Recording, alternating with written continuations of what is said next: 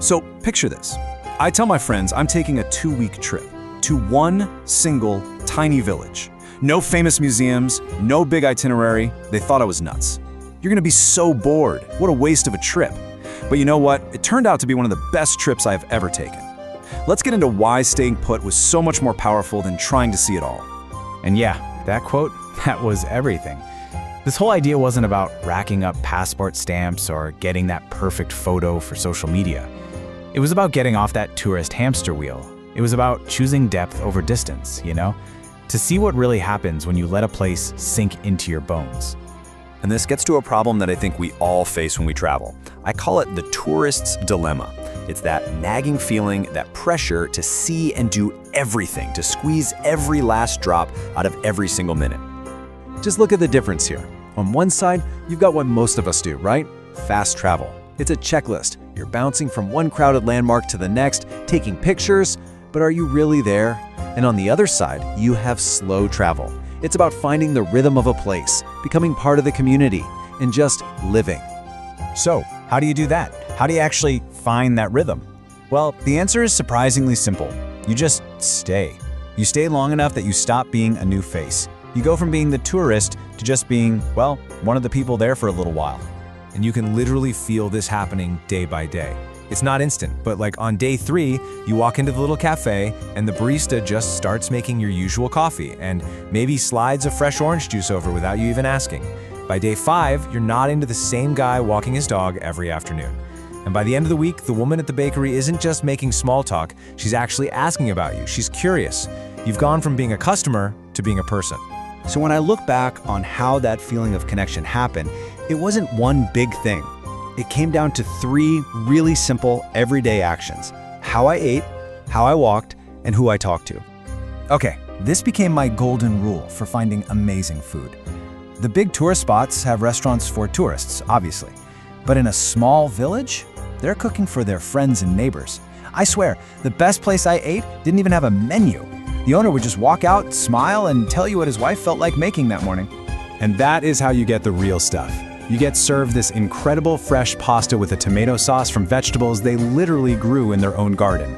It's a meal you just can't get when you're rushing through a city for a few hours. This is food that's made with pride, not just for profit. And walking completely changed too. Instead of pulling out my phone to navigate from point A to point B, I just wander. No map, no plan. And that's when you start to notice the little things, The smell of fresh bread from the bakery. The way the sun hits the old stone walls in the afternoon. It stops being about getting somewhere and starts being about just being. And those walks led to some amazing conversations. One afternoon, I was just sitting in the main square, and I struck up a conversation with this older gentleman. My Italian was awful, his English wasn't great, but we made it work.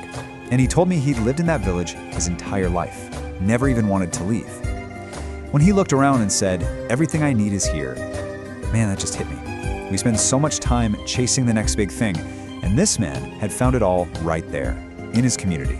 And that was the biggest surprise of the whole trip. When I think back, my most powerful memories, they weren't some spectacular event. They were the small, simple, ordinary moments of everyday life. Like the simple ritual of buying peaches from the same woman at her market stall every single morning. That little nod of recognition, the smile, it just grounded my entire day. Or just taking a half hour to sit on a bench and watch the local kids kicking a soccer ball around the piazza. It wasn't a show for tourists, it was just life. Real, unfiltered life happening right in front of me. But this one might be my favorite.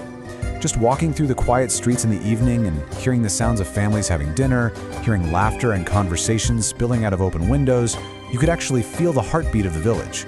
That right there is where the magic happens. So sometime during that second week, I realized something had shifted. It wasn't just about what I was seeing anymore. It was about how I was feeling. Something inside of me had finally slowed down and matched the pace of the village. It was crazy. I woke up one morning and realized I hadn't even thought about checking my phone. I would sit down for a meal and just enjoy it instead of thinking about what I had to do next. That constant nagging anxiety about the next thing on the itinerary, it just vanished. For the first time in I don't know how long, I was simply present. So, if you want to put a label on it, this is what we're talking about. Slow travel. It's more than a style of vacation, it's a mindset. It's about choosing connection over a checklist.